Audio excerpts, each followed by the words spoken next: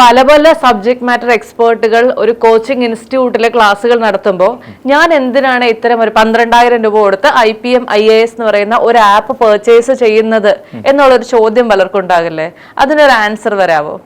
അതായത് നമ്മളിപ്പം ഏതെങ്കിലും ഒരു അക്കാഡമിയിൽ പഠിക്കുകയാണ്, നമ്മൾ പോകുമ്പോൾ നമ്മൾ ലൈവ് അവിടെ പോയി പഠിക്കുകയാണ്. അപ്പോൾ നമുക്ക് ഇതിനകത്ത് കുറച്ച് പെയിൻ പോയിന്റ്സ് ഉണ്ട്. അതായത് ഒന്ന്, നമ്മുടെ ട്രാവലിംഗ് ടൈം, അവിടേക്ക് എത്തേണ്ട ഒരു ടൈം വരും, അവിടെ എനർജിയും ടൈമും ഒക്കെ നമുക്ക് ലോസ് ആവുന്നുണ്ടെന്നുള്ള കാര്യം. പിന്നെ ഈ പറഞ്ഞതുപോലെ ചിലപ്പോൾ നമുക്ക് അഫോർഡ് ചെയ്യാൻ പറ്റാത്ത ഫീ ആയിരിക്കും അവിടെ ഉള്ളത്, അതും നമുക്കൊരു ലോസ് ആണ്.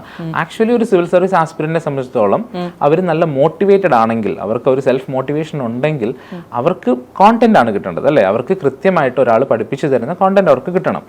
അങ്ങനെയും കിട്ടണമെന്നില്ല, ചിലപ്പോൾ ചില നോട്ട്സ് വെച്ച് പഠിക്കുന്നവരും ഉണ്ടാവും. പക്ഷെ നമ്മൾ ഇവിടെ കൊടുക്കുന്നത് ഒരു ടീച്ചർ നിങ്ങൾക്ക് വേണ്ടിയിട്ട് ക്ലാസ് എടുക്കുകയാണ്, അതും നോട്ട്സ് നമ്മൾ പ്രസന്റ് ചെയ്തുകൊണ്ട് തന്നെ, PPT-യിലൂടെ പ്രസന്റ് ചെയ്തുകൊണ്ട് തന്നെയാണ് നമ്മൾ ക്ലാസ്സസ് എടുക്കുന്നത്. അപ്പം അതുകൊണ്ട് തന്നെ നിങ്ങൾക്ക് നോട്ട്സും അവൈലബിൾ ആണ്.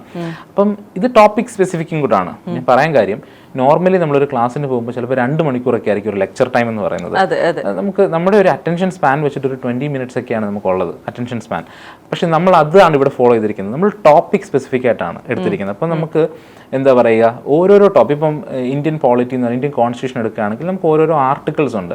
ആർട്ടിക്കിൾ 1 എന്ന് പറയുന്ന ഒരു ടോപ്പിക്കാണ്, ആർട്ടിക്കിൾ 2 എന്ന് പറയുന്ന ടോപ്പിക്കാണ്. അപ്പം അതേപോലെ ഓരോന്നും ടോപ്പിക്സ് ആയിട്ടാണ് നമ്മൾ ഇതിൽ കവർ ചെയ്തിരിക്കുന്നത്. അപ്പം ഒരുപാട് ടൈം സേവ് ചെയ്യാൻ പറ്റും.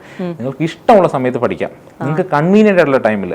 നമ്മൾ പറയുന്നില്ല ഈ സമയത്ത് തന്നെ നിങ്ങൾ വന്നിരുന്ന് പഠിക്കണം എന്ന് പറയുന്നില്ല. ഓരോരുത്തരുടെയും കൺവീനിയൻസ് വ്യത്യാസമല്ലേ? ഇപ്പൊ വീണയ്ക്ക് ചിലപ്പം രാവിലെ ഇരുന്ന് പഠിക്കാനായിരിക്കും ഇഷ്ടം, എനിക്ക് രാവിലെ പറ്റിയില്ല.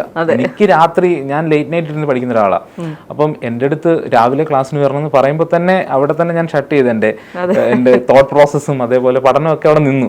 അപ്പം അത് വേണ്ട, നിങ്ങൾക്ക് കൺവീനിയന്റ് ആവുന്ന സമയത്ത് നിങ്ങൾ ഏറ്റവും കോൺഫിഡന്റ് ആയിട്ടുള്ള എനർജറ്റിക് ആയിട്ടുള്ള ടൈമിൽ നിങ്ങൾക്ക് പഠിക്കാം.